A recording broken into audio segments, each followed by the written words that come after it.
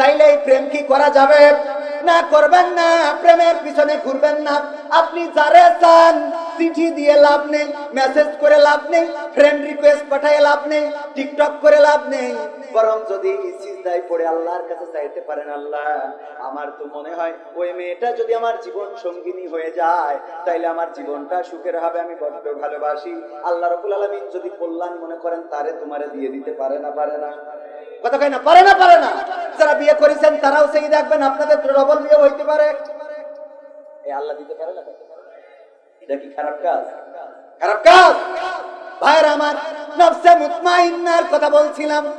প্রশান্ত আত্মা তো এমন। মুসা আলাইহিস সালাম দাঁড়িয়ে আছেন, সাহাবীরা, ওরা মুসা আলাইহিস সালামের সাহাবীরা খুব বেতাড়া ছিল। বেতাড়া মানে মুসা আলাইহিস সালাম যদি উড়ে বলে সোজা উড়া যায় বেকা। কুরআনে সব ঘটনা আছে, সূরা বাকারা, এটা তো ওই ঘটনাকে কেন্দ্র করে বলছে যে গরু কুরবানি দিতে বলেছে। তা বলছে সেই গরু ছোট হবে না বড় হবে? তা বলছে যে মাঝারি জুতির। আল্লাহর কাছে শুনিয়ে বলছে মাঝারি জুতির। বলছে কালার কি? এবার বলছে কালার এই হবে। বলছে গায়ে হবে না এই হবে? প্রথম কথায় যদি একটা গরু এনে জবাই করতে তাহলে বলে মিটে যায়। কিন্তু এত বেতাড়া ছিল, মানে ওই জিজ্ঞেস করতে করতে আল্লাহ এমন করে দিয়েছে যে সেই গরু সেই ভয়। এই জন্য নবী সাল্লাল্লাহু আলাইহি সাল্লাম একবার সাহাবীদের বললেন, যেই ব্যাপারে আল্লাহ কিছু বলেন নাই সেই ব্যাপারে তোমরাও চুপ থাকো, মুসা আলাইহিস সালামের উম্মতের মতো হইও। কত সুন্দর কথা। যে ব্যাপারে আল্লাহ কিছু, আমাদের কিছু কাজ আছে, আমাদের ফতোয়া জানার দরকার খুব। বলছে হুজুর ওয়াজ শুনে বাড়ি যাওয়ার সময় আমার ভাই আবার একটু পায়খানা লাগিল, তো মাঠে পায়খানা ফিরে, ওই সময় তো পানি নেই, না শুইছে খেজুর গাছ থেকে রস পেড়িয়েছে পরের গাছের অবশ্যই ওইটা ঝেড়িয়ে আমরা আবার খেয়েতে পারি আইছি। মানে শুইছে নিয়ে চলে কি গুনাহ? কোয়ানে দড়ি কোয়ানে লাগাতে খাইছিস চুরি করে, তুই শুইছিস যদি না ও দিয়ে মানে আর এখন ফতোয়ার বাক্স নিয়ে বিভিন্ন হুজুর বসে, মুরগি জবাই করেছে, মুরগি জবাই করতে যেই পরিস্থিতি পাইনি উত্তর এটা খাওয়া যাবে কিন্তু এত টেনশন করার দরকার আছে? কথা কয়। আপনি কোন হোটেলে গেছেন, যে সুজা চুপচাপ ঢুকবেন, খাবেন, চলে আসবেন। গরুর মাংস না কুত্তার মাংস না মুরগির মাংস অত চিন্তা করার দরকার নেই। আপনি খাইছেন, চলে আইছেন। যদি শুকরের মাংস হয় আপনার জন্য কোনো অসুবিধা নেই, কিন্তু যদি সন্দেহ পোষণ করেন গরুর মাংস হইলে খাওয়া যাবে। কথা কি বুঝতে পারিছেন? এত পেছানোর দরকার আছে? মুসা আলাইহিস সালামের সাহাবারা ছিল খুব বেতাড়া, ওরা আল্লাহর কাছে চিন্তা করবে না। এই জন্য আল্লাহ বললে একটা গেট বানাও, এমন গেট জানে ঢুকতে গেলে মাথা নিচু করা লাগে। গেট বানাইছে, বলছে মুসা আমাকে তো চেনো না, পা আগে ঢুকাবো, পা ঢুকাই তারপর গুলাই উঠাবো, গুলাই ঢুকাবো তো পা আগে পুড়িয়ে দিয়ে তারপর। মানে কত বেতাড়া। ওরা নদীর পাড়ে দাঁড়ায় বলছে আমরা প্রথমেই কইছিলাম না যে এর থেকে ফিরাউন ভালো। এখন এমন জায়গায় দাঁড় করাইছে, এখন হয় সুবানি খাবো না ওখানে মারবো। মুসা এবার তো বিপদে ফেললে আমরা বলো মারতে পারছি না, ওরা কাছাকাছি আসলে বলো প্রভাব নিজেদের মধ্যে বাঁধে। আল্লাহর নবী মুসা আলাইহিস সালাম প্রশান্ত আত্মার অধিকারী ছিলেন, নফসে মুতমাইন্না। এত প্রশান্ত, কিছুই বললেন না, চুপচাপ আল্লাহর অপেক্ষায় ছিলেন। আল্লাহ রাব্বুল আলামিন বললেন মুসা কি সমস্যা? ও আল্লাহ নদীর পাড়ে তো দাঁড়ায় আছি, পার হইতে হবে, কি করব? আল্লাহ বললেন হাতে কি? লাঠি। এই লাঠি দিয়ে কি করো? ছাগলের পাতা পেড়ে খাওয়াই। আমি মাঝে মাঝে রাস্তার দিকে পাথর সরিয়ে দিই। আল্লাহ রাব্বুল আলামিন বললেন ওই লাঠি দিয়ে বাড়ি দাও নদীর উপরে। মুসা আলাইহিস সালাম বললেন বাড়ি দিলে কি হবে? এটা বলেন নাই, বলেছেন আর বাড়ি দিয়েছেন, রাস্তা বানিয়ে দিয়েছেন কে? জোরে বলেন কে? আল্লাহ রাস্তা বানাই দিলেন কয়টা? 12টা গোত্রের জন্য 12টা রাস্তা পার হয়ে গেল মুসা আলাইহিস সালামের সাহাবীরা। ও আমার ভাইরা, এই ঘটনাই পর্যন্তই থাক। এরপরে ইব্রাহিম আলাইহিস সালামের আগুনে ফেলা হবে। চড়ক গাছে উঠানো হলো, রশি বাঁধা হলো, টানা শুরু করেছে। টানতে টানতে টানতে টানতে ফেলে দিবেন আগুনের মধ্যে। যারা টানে তাদের মধ্যে নিজের জন্মদাতা পিতাও ছিল না? ছিল না? ইব্রাহিম আলাইহিস সালাম ভয়ে বলল নমরুদ আমার ভুল হয়েছে, প্লিজ আমাকে ক্ষমা কর। বলেছে? বলেন বলেছে? বলে নাই? নফসে মুতমাইন্না তো এইটাই। কোনো কিছুই বললেন না, চুপচাপ রয়েছেন। টানো বাবা টানো, নমরুদ টানো, তোমার যত মন্ত্রী প্রতিমন্ত্রী আছে সবাই ধরে টানো, কোনো অসুবিধা নাই। ফেরেশতারা আসলেন, এসে বললেন, ওগো ইব্রাহিম, আমরা একটু সহযোগিতা করতে চাই। ইব্রাহিম আলাইহিস সালাম বললেন, কেন? বলল, তোমার কষ্টটা আমরা আরশে আজিম থেকে দেখে সহ্য করতে পারি নাই। বলল, আল্লাহ কি তোমাদের পাঠিয়েছে? বলল, আল্লাহ পাঠাই নাই। আল্লাহর কাছে ফরিয়াদ করেছিলাম, আল্লাহ যদি একটু সাহায্য করতে পাঠাতে সাহায্য করে দিতাম। আল্লাহ বলল, যাও যাও, তবে যে আমার ইব্রাহিমের কাছে আগে শুনবা সে সাহায্য চাই কি চায় না। যদি সাহায্য করতে বলে করবা, যদি না করতে বলে তাইলে চলে আসবা। ইব্রাহিম আলাইহিস সালাম বললেন, ওগো ফেরেশতারা, তাইলে ফিরে যাও সেই আল্লাহর কাছে, যে আল্লাহ তোমাদের থেকে আমার মনের অবস্থা আরো ভালো জানে। সুবহানাল্লাহ বলবেন। তোমাদের থেকে আমার আল্লাহ আরো ভালো জানেন। তোমরা মনের অবস্থা কি জানো? আল্লাহই তো দেখে আমার মনে কি হয় কি না হয়। আল্লাহ রাব্বুল আলামিন কি করলেন? ইয়া নারু কুনি বারদান ওয়া সালামান আলা ইব্রাহিম। আল্লাহ বললেন, ওগো ইব্রাহিম, তুমি আমার ইব্রাহিমের জন্য ঠান্ডা আরামদায়ক এয়ার কন্ডিশনের মতো হয়ে যাও, আগুন ফুলবাগান হয়ে গেল। এটাই হলো নফসে মুতমাইন্না, এটাই হলো নফসে মুতমাইন্না। আল্লাহ রাব্বুল আলামিনের প্রতি যার আত্মা সন্তুষ্ট হয়ে যায়, আর আল্লাহ রাব্বুল আলামিন যে আত্মার প্রতি সন্তুষ্ট হয়ে যায়। আইয়ুব আলাইহিস সালাম রোগে ভুগতে লাগলেন, সন্তান মারা গেল, সম্পদগুলো সব শেষ হয়ে গেল, স্ত্রীরা চলে গেল, শুধু ইব্রাহিম আলাইহিস সালাম ছাড়া। এই অবস্থার মধ্যেও আল্লাহর নবী আইয়ুব আলাইহিস সালাম আল্লাহরে ডাকা ছেড়ে দিলেন না। এটা বললেন না, ওগো আল্লাহ, তুমি আমারে কেন রোগ দিলে? আমি তো সারাদিন তোমার জিকির করি। এই কথা একবারও বলেন নাই, একবারও এমন কথা উচ্চারণ করেন নাই। অসুস্থর পরে অসুস্থ, গায়ে ঘা হতে হতে পোকা হয়ে গেল, পোকাগুলো গা থেকে ঝরে ঝরে পড়ে। এরপরে আস্তে করে যখন জিহ্বায় পোকা ধরে গেল, জিহ্বাগুলো খাওয়া শুরু করে দিল, তখন আইয়ুব আলাইহিস সালাম ডাক দিলেন, ওগো রব, হে আমার রব, তোমার কাছে কোনো অভিযোগ আমি কোনোদিন করি নাই। আমার সন্তান মারা গেল বলি নাই, আমার সম্পদ ধ্বংস হয়ে গেল বলি নাই, আমার স্ত্রীরা চলে গেল বলি নাই, আমার কাজের মানুষগুলো চলে গেল অভিযোগ করি নাই, আমার গায়ে ঘা দিয়েছো, কুষ্ঠ দিয়েছো বলি নাই, আমার শরীরে পোকা দিয়ে আমার গোশতগুলো খাইয়ে নিয়েছো তাও বলি নাই, অভিযোগ করি নাই। ওগো আল্লাহ, আজকে অভিযোগ করা ছাড়া কোনো উপায় নাই, কারণ আমি এত কষ্টের মধ্যেও আমি তোমার জিকিরটা করতাম আমার জিহ্বা দিয়ে, আর আজকে তুমি আমার সেই জিহ্বায় পোকা দিয়েছো, আর ওই পোকা আমার জিহ্বাটা খেয়ে ফেলে। ওগো আল্লাহ, তুমি বলো আমার জিহ্বাটা যদি পোকায় খেয়ে নেয়, তাইলে আমি কেমন করে তোমার জিকির করব, কেমন করে আমি তোমারে ডাকবো, কেমন করে আমি আল্লাহ আল্লাহ বলে তোমারে আহ্বান করব। ওগো রব, তুমি আমার সমস্ত শরীরে পোকা দাও, শুধু জিহ্বাটা অক্ষত রেখে দাও। বলেন আল্লাহু আকবার। আল্লাহ রাব্বুল আলামিন বললেন, ওগো আইয়ুব, আমার পরীক্ষা নেওয়া শেষ, তোমার আর দুশ্চিন্তার কারণ নাই, সব ফিরিয়ে দিলাম। সুবহানাল্লাহ। ফিরিয়ে দিলেন কে? আল্লাহ আবার সব ফিরিয়ে দিলেন। সম্পদ এক জায়গায় চলে আসলো, সন্তান স্ত্রী সব চলে আসলো, শরীর আবার আগের মতো ভালো হয়ে গেল। এটাই হলো নফসে মুতমাইন্না। আপনি কষ্ট পান, দুঃখ পান, রোগে থাকেন, শোকে থাকেন, ডাকবেন কাকে? দূর করার মালিককে। আমার মা আসে নাই, আমার মা থাকলে সত্যতা যাচাই করতে পারত। আমি আপনার এলাকার সন্তান, এই অঞ্চলে এই পথেই বাইসাইকেল চালিয়ে বড় হয়েছি। পাল্লা মোকামতলা দাখিল মাদ্রাসার ছাত্র আমি, অনেকেই চেনেন। আমার রবিউল চাচা আছেন, ডাক্তার রবিউল চাচা, আব্বার সাথে ঘুরে বেড়াতেন। আব্বা মারা যাওয়ার পরে আমার মা পরের বাড়িতে কাজ করার মতো ভূমিকাও রেখেছেন, মানুষের কাছে হাত পেতেছেন, কিন্তু ধৈর্য হারা হন নাই, মানুষের কাছে গিয়েছেন। বাবা মারা যাওয়ার পরে একের পর এক বিপদ আসতেই থেকেছে। বাবা মারা যাওয়ার পরে আবার 2 বছর পরে আমার ভাগ্নি মারা গেল। আমার মায়ের সমস্ত গায়ে কুষ্ঠ রোগ দেখা দিল, সমস্ত শরীরে ঘা। এই ঘা নিয়ে আমাদের এমপি ছিল মুহাদ্দিস আবু সাঈদ সাহেব রাহিমাহুল্লাহ, উনার কাছে গিয়েছিলেন সহযোগিতার জন্য। আল্লাহ এমন একটা পরিস্থিতি আমাদের তৈরি করেছিলেন যে আমি হোটেলে কাজ করা, থালা বাসন মাজা পর্যন্ত করেছি, গার্মেন্টসে কাজ করেছি, আল্লাহর পথ থেকে সরে দাঁড়াই নাই। যেই মালয়েশিয়ায় পরিশ্রম করতাম, এখন সেই মালয়েশিয়ায় আবার মেহমান হয়ে যে ওয়াজ শোনাই। বলেন সুবহানাল্লাহ। এটা করে দিয়েছেন কে? আল্লাহর প্রতি যদি বিশ্বাস থাকে ঘুরে দাঁড়াবেন, আজ হোক কাল হোক দাঁড়িয়ে দেবেন কে? দাঁড় করিয়ে দিবেন কে? সম্পদ হারিয়ে গেছে, দুঃখ পাওয়ার দরকার নাই। সন্তান হারিয়ে গেছে, দুঃখ পাওয়ার দরকার নাই। একটা সন্তান মারা গেছে, কষ্ট পায়, পরের বার দেখা যায় আল্লাহ যমজ সন্তান দান করে দিয়েছেন। বলেন সুবহানাল্লাহ। দিয়ার মালিক কে?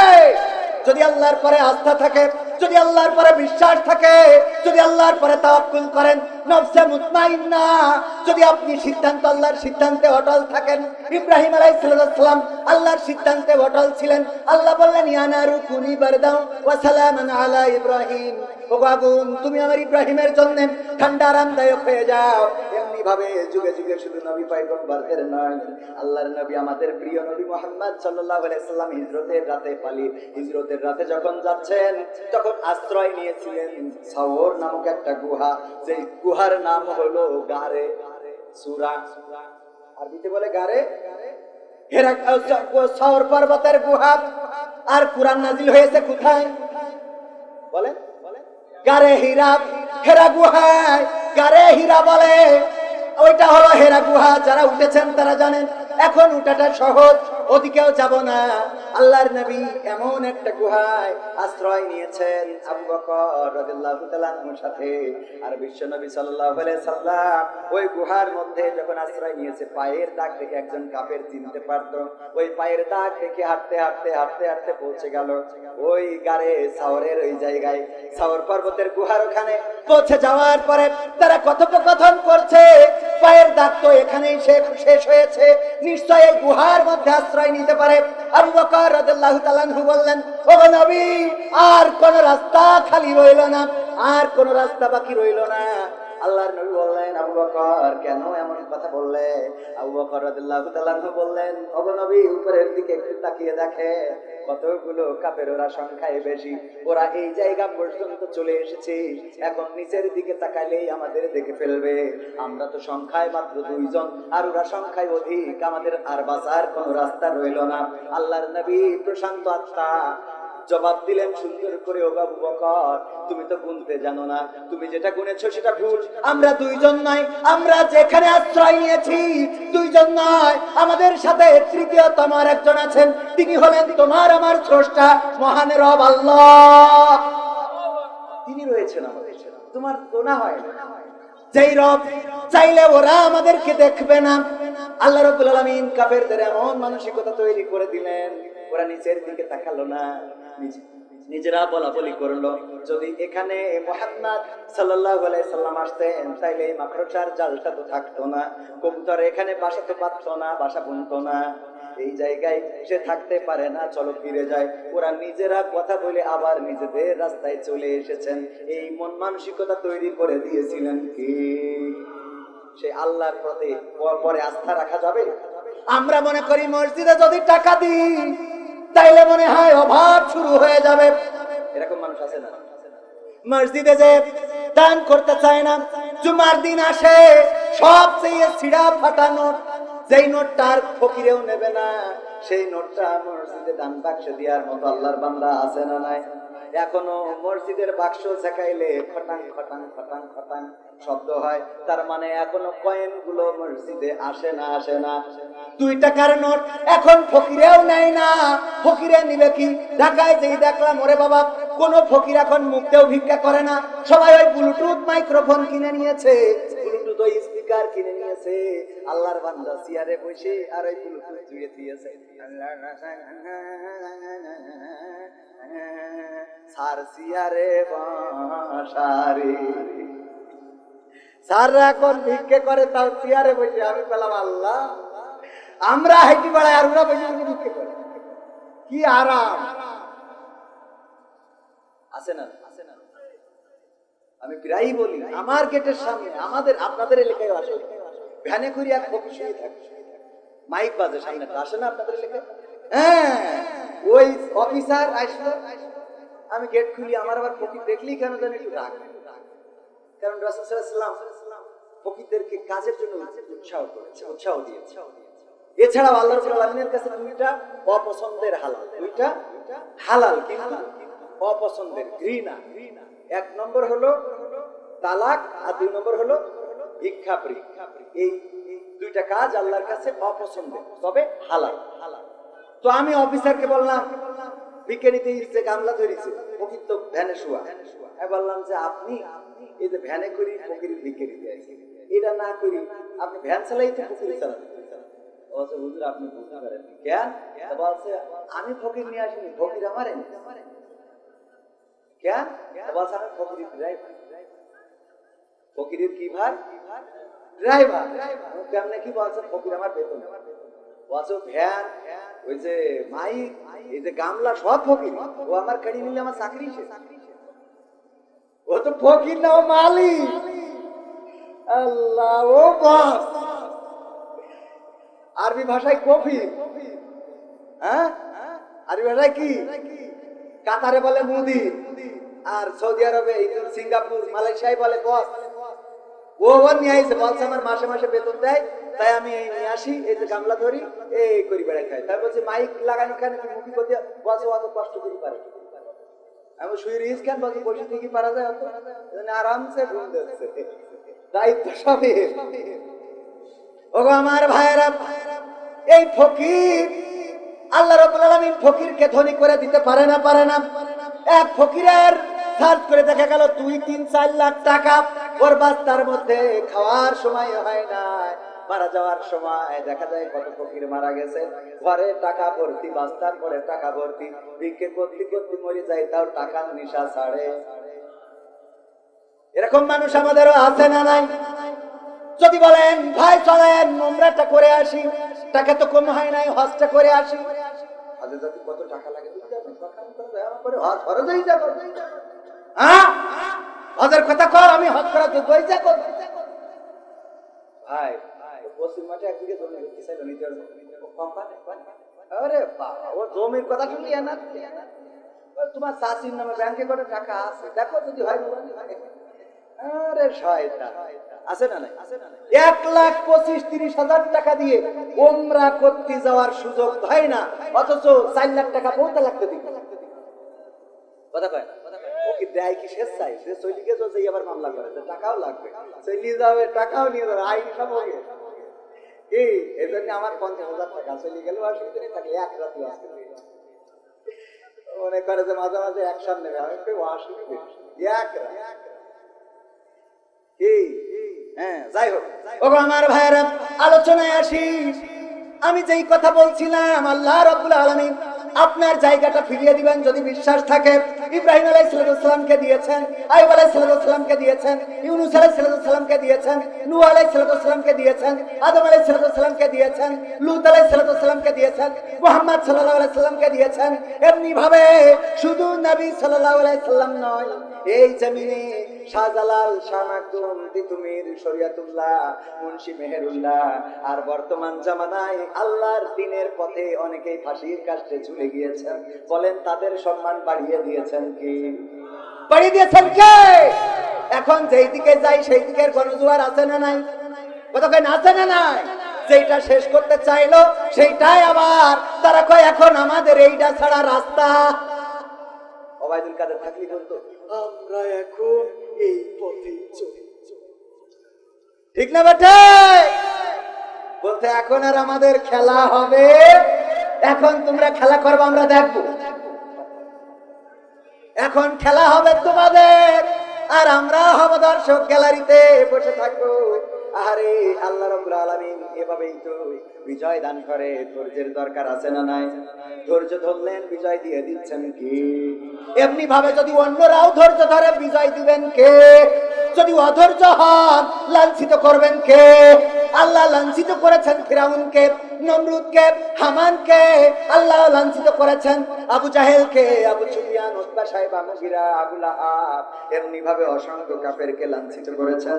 যারা আল্লাহর বিকল্প পথ খুঁজতে চেয়েছে, তারা দুনিয়ায়ও পথ পায় নাই, আর আখিরাতেও পাবে।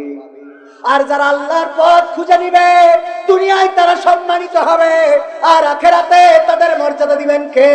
আল্লাহ ডাক দিয়ে বলবেন, ইয়া আইয়ুহান নাফসুল মুতমাইন্নাহ ইরজিই ইলা রাব্বিকি রাদিয়াতাম মারদিয়া ফাদখুলি ফি ইবাদি ওয়াদখুলি জান্নাতি।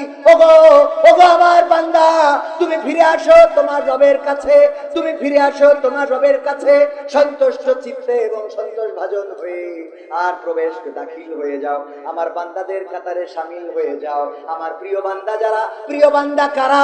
আল্লাহর নবী, আল্লাহর ওলি যারা ছিল, আল্লাহর ওলি কারা ছিল? শাহজালাল, শাহ মাকদুম আল্লাহর ওলি ছিলেন। মুন্সি মেহেরুল্লাহ তিতুমি, বখতিয়ার, ইখতিয়ার এমনি ভাবে আল্লাহর ওলি ছিলেন। আর আল্লাহর নবীদের কাতারে শামিল করে দিবেন কে? আর প্রবেশ করতে বলবেন জান্নাতে। এর থেকে বড় বিজয় কি মুমিনের আর হতে পারে? এই বিজয় চান কে কে? হাত দেখতে চাই। নারায়ে তাকবীর, লিল্লাহি তাকবীর। আল কোরআনের আলোক, আল হাদিসের আলোক, আমার নেতা তোমার নেতা। নারায়ে তাকবীর। আল্লাহ রাব্বুল আলামিন, আল্লাহর পরে যদি আস্থা থাকেন, বিশ্বাস যদি থাকে, আল্লাহ আপনার রাস্তা করে দিবেন। সেই আল্লাহর পরে বিশ্বাস রেখে দ্বীনের পথে চলার দরকার আছে না নাই? কোরআনের পথে চলার দরকার আছে না নাই? সমাধান খুঁজে খুঁজে ক্লান্ত হয়েছে যারা, সমাধান যদি পেতে চাও, সব পথ গিয়ে ভুলে কোরআন দেখো খুলে, সমাধান যদি নিতে চাও। সমস্যা যত সব দূর করে দিবে রব, সমস্যা যত সব দূর করে দিবে রব, যদি তুমি যাও চেয়ে যাও। সমাধান, সমাধান খুঁজে খুঁজে ক্লান্ত হয়েছে যারা, সমাধান যদি পেতে চাও, সব পথ গিয়ে ভুলে কোরআন দেখো খুলে, সমাধান যদি নিতে চাও। কোরআন ধরি না বলে, কোরআন পড়ি না বলে চারিদিকে হই লাঞ্ছিত, কোরআন জানি না বলে, কোরআন মানি না বলে সব অধিকার বঞ্চিত। কোরআন ধরি না বলে, কোরআন পড়ি না বলে চারিদিকে হই লাঞ্ছিত, কোরআন জানি না বলে, কোরআন মানি না বলে সব অধিকার বঞ্চিত। মরিচিকার পিছে না ঘুরে মিছে মিছে, মরিচিকার পিছে না ঘুরে মিছে মিছে, কোরআনটা খুলে দেখে না। সমাধান, সমাধান খুঁজে খুঁজে ক্লান্ত হয়েছো যারা, সমাধান যদি পেতে চাও, সব পথ গিয়ে ভুলে কোরআন দেখো খুলে, সমাধান যদি নিতে চাও। কোরআনেই খুঁজে পাবে সংসার নীতি, আর কি হবে রাষ্ট্রের নীতি। কোরআনের আইন চললে দেশে দূর হবে সব দুর্নীতি। কোরআনেই খুঁজে পাবে সংসার নীতি, আর কি হবে রাষ্ট্রের নীতি। কোরআনের আইন চললে দেশে দূর হবে সব দুর্নীতি। মানব রচিত মতে শান্তি খুঁজো না পথে, মানব রচিত মতে শান্তি খুঁজো না পথে, কোরআনটা খুলে দেখে না।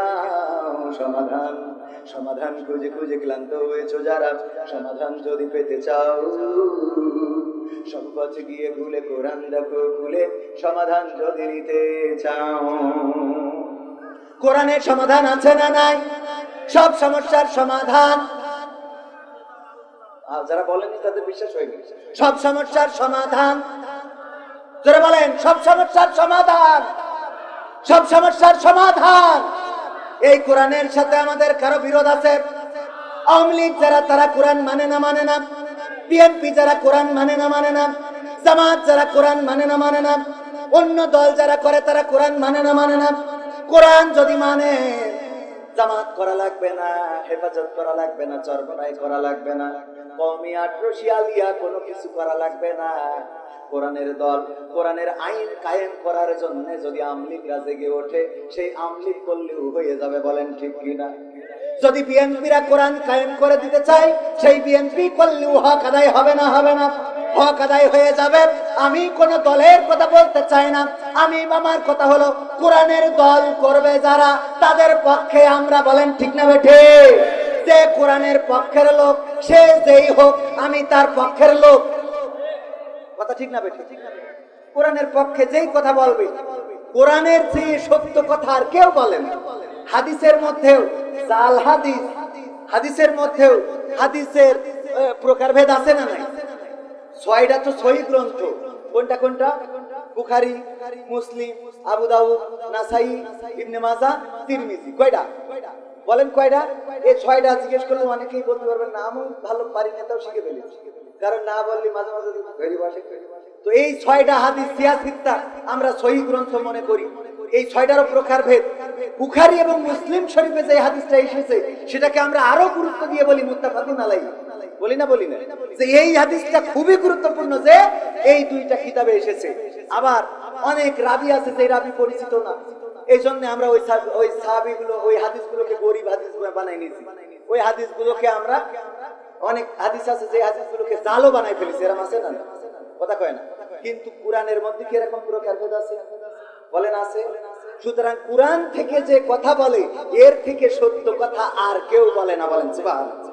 কোরআন দিয়ে যে কথা বলে তার মতো সত্য কথা আর কেউ বলে। নবীর নামেও অনেক মিথ্যা কথা চালানোর লোক আছে। শিশু নবী মুস্তাফা রাস্তা দিয়ে হাঁটা যায়, হরিণ একটা বান্দা ছিল গাছের তলায়। আছে না? নাই ছিল না? ছিল না? ওই সময় আমাদের মুরব্বিজনেরা শুনতো আর কাইতো, আহারে হরিণ একটা বান্দা ছিল। এই পর্যন্ত কোরআন হাদিস দিয়ে কি ঘটনা পাওয়া গেছে? এই কথা শুনিয়া গো কান্দে বিবি ফাতেমাই রে সাদের মদিনায়, এই সংসারে গরিব রে কেউ ভালোবাসেন নাই রে, ভালোবাসেন নাই। সুরটা মনে আছে না? সুরটা মনে আছে না? এখন আর এইগুলো চলে, কারণ তখন কোরআন মানুষ জানতো না, পড়তো না, বুঝতো না, এই জন্যই যা চালাই দিত সেইগুলো চলে যেত। এখন আর এইগুলো চলার সুযোগ, কথা কয় না। কিন্তু কোরআন থেকে যে বলেছে সে সত্য বলেছে। 1400 বছর আগে যে বলেছে, 14 কোটি বছর, 1400 কোটি বছর পরেও যে বলবে এইটাই সত্য কথা, বলেন সুবহানাল্লাহ। সুতরাং সেই কোরআনের কথা মানার দরকার আছে না নাই? আল্লাহ কোরআনে বললেন, ইয়া আইয়ুহাল্লাযীনা আমানু হাল আদুল্লুকুম আলা তিজারাতিন তুনজিকুম মিন আযাবিন আলীম। ও ঈমানদারেরা, আমি কি তোমাদের এমন একটা ব্যবসার সন্ধান দিয়ে দেব যে এই ব্যবসা করলে তোমরা কঠিন জাহান্নামের আযাব থেকে বেঁচে যাবে। আল্লাহ আমাদের কাছে জানতে চেয়েছেন যে এমন একটা ব্যবসা ধরাই দিই যে এই ব্যবসা করলে জান্নাতে যাবা। এই ব্যবসার দরকার আমাদের আছে না নাই? বলেন আছে না নাই? কার কার এই ব্যবসার দরকার? হাত উঁচু করেন যে জান্নাতে যাবেন। লিল্লাহি তাকবীর, নারায়ে তাকবীর। আল কোরআনের আলো, আল হাদিসের আলো, আমার নেতা তোমার নেতা। ও আমার ভাইরা, যদি জান্নাতে যেতে চান, যদি জাহান্নামের আযাব থেকে বাঁচতে চান, আল্লাহ বলল ব্যবসা ধরাই দিই। আমরা তো ব্যবসাটা খুব পছন্দ করি। আমি ওয়াজ করি, এত টাকা পাই। আবার এই শিমুলিয়ায় আমার একটা এজেন্ট ব্যাংক আছে না নাই? জানেন তো আপনারা? ইসলামী ব্যাংক।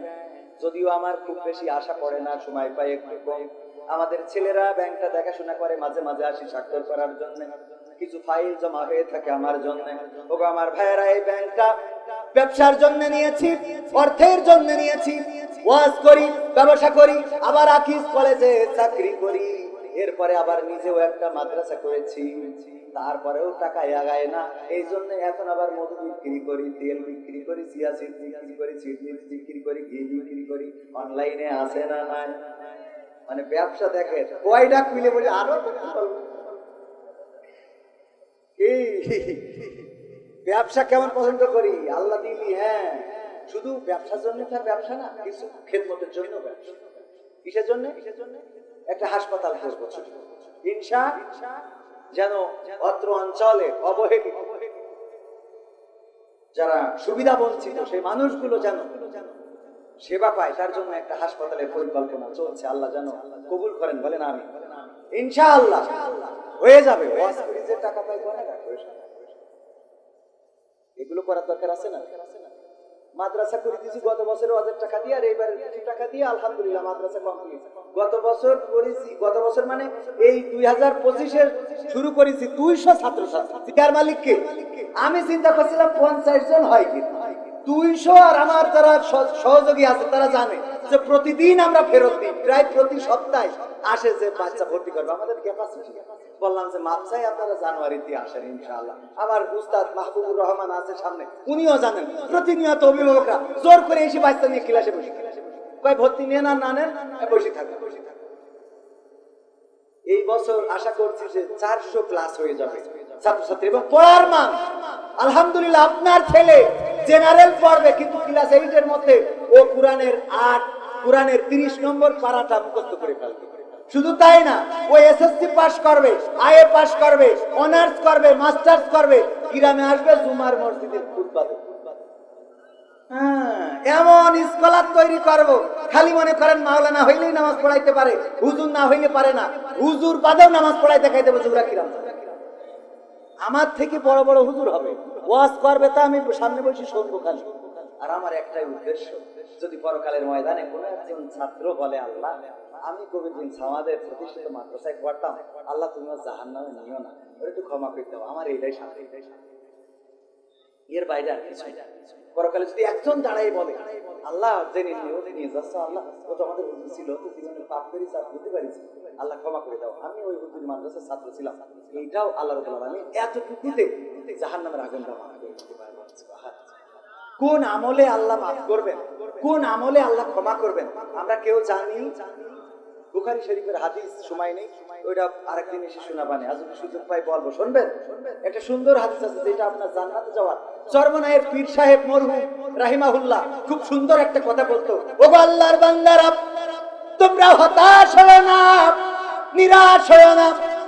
যদি এমন হয় পরকালের ময়দানে সমস্ত মানুষ জান্নাতি হয়ে গেছে, একজন মাত্র জাহান্নামী, তাহলে তুমি যেন মনে করো না ওই একজন তুমি হইতে পারো না। এটা মনে রাখবা না, মাথায় রাখবা, সব মানুষ যদি জান্নাতি হয়ে যায়, তুমি একজন যদি জাহান্নামী হয়, সেই একজন আল্লাহর বান্দা তুমিও হয়ে যেতে পারো। আবার যদি সব মানুষ জাহান্নামে যায় আর একজন মানুষকে যদি আল্লাহ জান্নাতে দেয়, তবে তুমি আশা ছাড়বা না। আল্লাহ রাব্বুল আলামিন বলেছেন লা তাকনাতু মির রাহমাতিল্লাহ, আল্লাহর রহমত থেকে নিরাশ হয়ো না, আশা ছাড়বা না আল্লাহর বান্দা, যে সব মানুষ জান্নাতি হয়ে গেল, সব মানুষ জাহান্নামী হয়ে গেল, একজন জান্নাতি, ওই একজন আমি হব না। আল্লাহ যদি চান ওই একজন আল্লাহর বান্দা তুমি হয়ে যেতে পারো। আব্দুল কাদের জিলানী মাঝে মাঝে কান্না করতেন আর বলতেন, ওগো আল্লাহ তুমি যদি আমারে জাহান্নামে দাও, তুমি যদি আমারে জাহান্নামে দাও আমি দুঃখ করব না, কিন্তু তুমি যদি আমারে জান্নাতে দাও তা আমার দুঃখ থাকবে। এই কারণে তুমি যদি আমারে জান্নাতে দাও আর যদি কোনোদিন আমার খবর না নাও, কোনোদিন আমারে যদি একটু নাম ধরে না ডাকো, আব্দুল কাদের জিলানী কেমন আছো, কেমন লাগে তোমার, জান্নাত কেমন হলো, যদি আমার খোঁজ না নাও তাইলে আমি জান্নাতে থেকেও কষ্ট পাবো। আর যদি তুমি আমারে জাহান্নামে দিয়ে বলো, ওগো আব্দুল কাদের জিলানী জাহান্নামে তোমার কেমন লাগে, তুমি এই খবরটা নিলে আল্লাহ আমি ওই জাহান্নামটাই বেছে নেব। বলেন আল্লাহু আকবার। আল্লাহর সন্তুষ্ট অর্জন করার দরকার আছে না নাই? আল্লাহ বললেন ব্যবসা ধরাই দিতে চাই, সেই ব্যবসা তোমার জাহান্নাম থেকে মুক্তি দিবে, তার মানে জান্নাতি বানিয়ে দিবে, সেই ব্যবসাটা তোমরা করতে রাজি আছো কি নাই? আমরা যদি আল্লাহর সাথে সরাসরি কথা বলতে পারতাম তাইলে বলতাম আল্লাহ রাজি, শিগগিরই ব্যবসাটা বলেন। আল্লাহ রাব্বুল আলামিন পরের আয়াতে বললেন, তুমিনুনা বিল্লাহি ওয়া রাসূলিহি ওয়া তুজাহিদুনা ফি সাবিলিল্লাহি বিআমওয়ালিকুম ওয়া আনফুসিকুম যালিকুম খায়রুল লাকুম ইন কুনতুম তা'লামুন। আমার আল্লাহ বলেন, ওগো নবী আপনি যারা এই ব্যবসা করতে চায় তাদেরকে জানাই দেন। আল্লাহ কুরআন দিয়ে নবীর মাধ্যমে জানিয়ে দিলেন। আর সেই ব্যবসাটা হলো তুমিনুনা বিল্লাহ, আমি আল্লাহর প্রতি ঈমান আনতে হবে, ওয়া রাসূলিহি এবং আমার রাসূলের প্রতি ঈমান আনতে হবে, ওয়া তুজাহিদুনা ফি সাবিলিল্লাহ এবং প্রচেষ্টা করতে হবে আল্লাহর রাস্তায়। কার রাস্তায়? জিহাদ মানে লড়াই করা, মারামারি করা, ফাটাফাটি করা, কাটাকাটি করা, এটাই সীমাবদ্ধ নয়। জিহাদ শব্দের অর্থ হলো প্রচেষ্টা করা, আল্লাহর রাস্তায় প্রচেষ্টা করা। সেটা হতে পারে মসজিদ নির্মাণ, হতে পারে মাদ্রাসা নির্মাণ, হতে পারে টিউবওয়েল পোতা, হতে পারে মানুষের জন্য গাছ লাগানো। আল্লাহর রাস্তায় এই কাজগুলো করার জন্য আল্লাহ বললেন, যদি আমার রাস্তায় প্রচেষ্টা করতে পারো বিআমওয়ালিকুম, মাল দিয়ে, ওয়া আনফুসিকুম এবং জান দিয়ে, তবেই তোমরা সফল কাম হয়ে যাবে। বলেন সুবহানাল্লাহ। সফল কাম করে দিবেন কে? এই ব্যবসা করার দরকার আছে না নাই? বলেন আছে না নাই? গলার আওয়াজ একটু জোরে বলেন আছে না নাই? হাত উঁচু করে বলেন আছে না নাই? জোরে হাত উঁচু করেন ঠান্ডে, আছে না নাই? হাত উঁচু করেছেন ভাইরা আমার, আমি দেখে লাভ নাই, দেখেছেন কি? আল্লাহর রাস্তায় যদি ব্যবসা করতে পারে, আল্লাহ রাব্বুল আলামিন আপনাকে ব্যবসায় যদি উত্তীর্ণ করেন, দুনিয়া এবং আখিরাতে কল্যাণ দিতে পারে না পারে না? বলেন পারে না পারে না? সবচেয়ে বড় ভাগ্যবান তো সে যে আল্লাহর সাথে ব্যবসা করে। আল্লাহ রাব্বুল আলামিন বলেছেন, ইন্নাল্লাহা আশতারা মিনাল মুমিনিনা আনফুসাহুম ওয়া আমওয়ালাহুম বিআন্না লাহুমুল জান্নাহ। আমার আল্লাহ বলছেন, ওগো আমার বান্দারা, তোমরা শুনে নাও, তোমরা আমার রাস্তায় যদি ব্যবসা করো, তোমাদের মাল দিয়ে আর জান দিয়ে যদি ব্যবসা করতে পারো, বিনিময়ে আমি তোমাদের জান্নাতটা তোমাদের কাছে বিক্রি করে দিই। দলিল করা আছে, স্টাম্প করা আছে, পরকালে এসে বলবা, আল্লাহ আমি টাকা দিলাম, জমি দিলাম, তুমি আমার বেহেশতটা বুঝিয়ে দাও। আল্লাহ রাব্বুল আলামিন বুঝিয়ে দিবেন, বলেন সুবহানাল্লাহ। আল্লাহ বুঝিয়ে দিবেন না দিবেন? আল্লাহ কোরআনেই বলে দিয়েছে। কিসে বলে দিয়েছে? শুধু তাই না, আল্লাহ আরো বলেছেন, ওগো আমার বান্দারা, তোমরা ব্যবসা করো, সেই দিন আসার আগে, যেই দিন তোমাদের সাথে আমার আর কোনো লেনদেন চলবে। বুড়ো হয়ে গেছেন, এখন আর মাথায় কাজ করে না, এখন দাঁত পড়ে গেছে, ভালো খাতিও পারেন না। ওই সময় মনে হইলো আল্লাহর রাস্তায় দান করবেন, বললেন যে ওই পুকুর মাঠের 1 বিঘে জমি মসজিদের নামে দিয়ে দেবো। ছেলে বলছে, এত সুজা পাওনি, এই 1 বিঘে জমি দিতে গেলি ছেলের বাধা আছে না নাই? আমি একটা মাদ্রাসার খবর জানি, যেই মাদ্রাসার জমি তার বাবা দিয়ে গিয়েছে, বাবা দান করেছে, বাবা মারা গিয়েছে। ছেলেরা বলতেছে, এত দামি জমি বাবা মাদ্রাসার জন্য দিয়েছে, এখন উদ্ধারের জন্য আমরা চেষ্টা করছি। উদ্ধারের জন্য কি কাজ? বুঝে দেখেন, দিয়ে গেছে তাই উদ্ধারের জন্য চেষ্টা করছে। আর যদি না দিয়েছে তোরে, তাইলে ওই সন্তান কোনদিন মাদ্রাসায় কি 2 টাকা দিবে? আমি বানাই বলছি, নাম বললে আবার পরে আমার ধরি বলবে, এই জন্য বললাম না। ও আমার ভাইরা, এই জন্য ব্যবসা করতে হবে সেই দিন আসার আগে, সেই দিন আমাদের সাথে আল্লাহর লেনদেন করবে। বলেন করবে? আল্লাহ লেনদেন করবে না।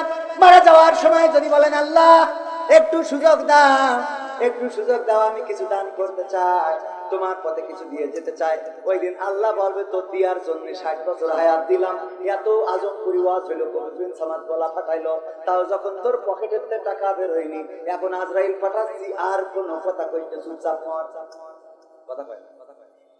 ওই দিন আর কাজে আসবে না, ওই দিন আপনার সাথে আল্লাহ ব্যবসা করবে না। সুতরাং ব্যবসা করতে হবে সেই দিন আসার আগে। আমরা রাজি আছি না নাই? সেই দিন কবে আসবে বলেন তো? হ্যাঁ, এখনই আসতে পারে, তাহলে তাড়াতাড়ি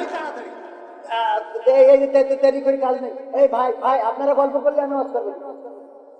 মজমা থেকে মেম্বার সাহেব, ওই মরি যাবেন কমেন্টটা তো বলা যায় না, আল্লাহ বলিস মরি গেলি আর ব্যবসা হবে, এখনো মরি যেতে পারেন, তাড়াতাড়ি দেন। কিটা কত দেবেন? আমার আকবর সাহেব, যিনি জমি বিক্রি করে 2 লাখ টাকা দিয়েছে, নারায়ে তাকবীর, লিল্লাহি তাকবীর।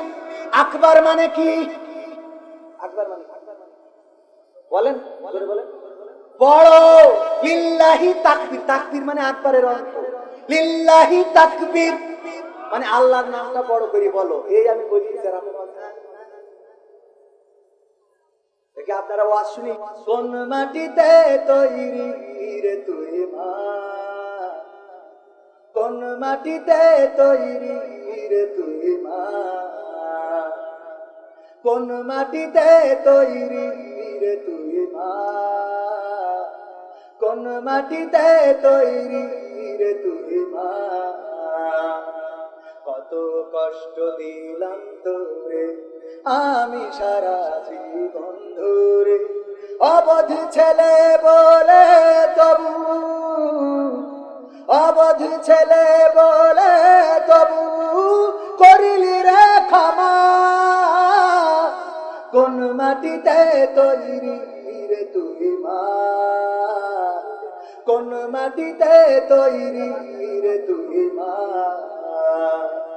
কোন মাটিতে তৈরি রে তুই মা, কোন মাটিতে তৈরি রে তুই মা। মাটির মতো সহ্য করার প্রবল ক্ষমতা, তবুও তোর ঠোঁটে ঝরে মায়ের মমতা। মাটির মতো সহ্য করার প্রবল ক্ষমতা, তবুও তোর ঠোঁটে ঝরে মায়ের মমতা। তিন ভুবনের স্বর্গ শুধু, তিন ভুবনের স্বর্গ শুধু তুই তো আমার মা। অবধূ ছেলে বলে তবু করলি রে ক্ষমা। কোন মাটিতে তৈরি রে তুই মা, কোন মাটিতে তৈরি রে তুই মা। কোন মাটিতে তৈরি রে তুই মা, কোন মাটিতে তৈরি রে তুই মা। আবার যদি কখনো মা জন্ম আমি পাই, সব জন্মেই তোর কোলে মা সুখের মরণ চাই। আবার যদি কখনো মা জন্ম আমি পাই, সব জন্মেই তোর কোলে মা সুখের মরণ চাই। আমি মারা যাবার আগে, আমি মারা যাবার আগে মরিস না তুই মা। অবধ ছেলে বলে তবু করলি রে ক্ষমা। কোন মাটিতে তৈরি রে তুই মা, কোন মাটিতে তৈরি রে তুই মা।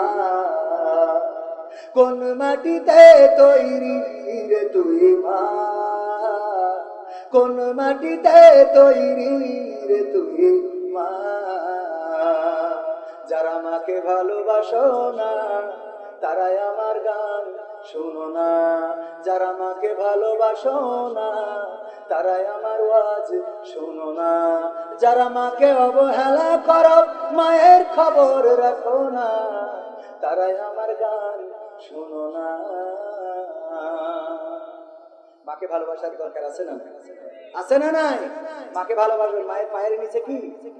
মায়ের পায়ের নিচে জান্নাত। আল্লাহ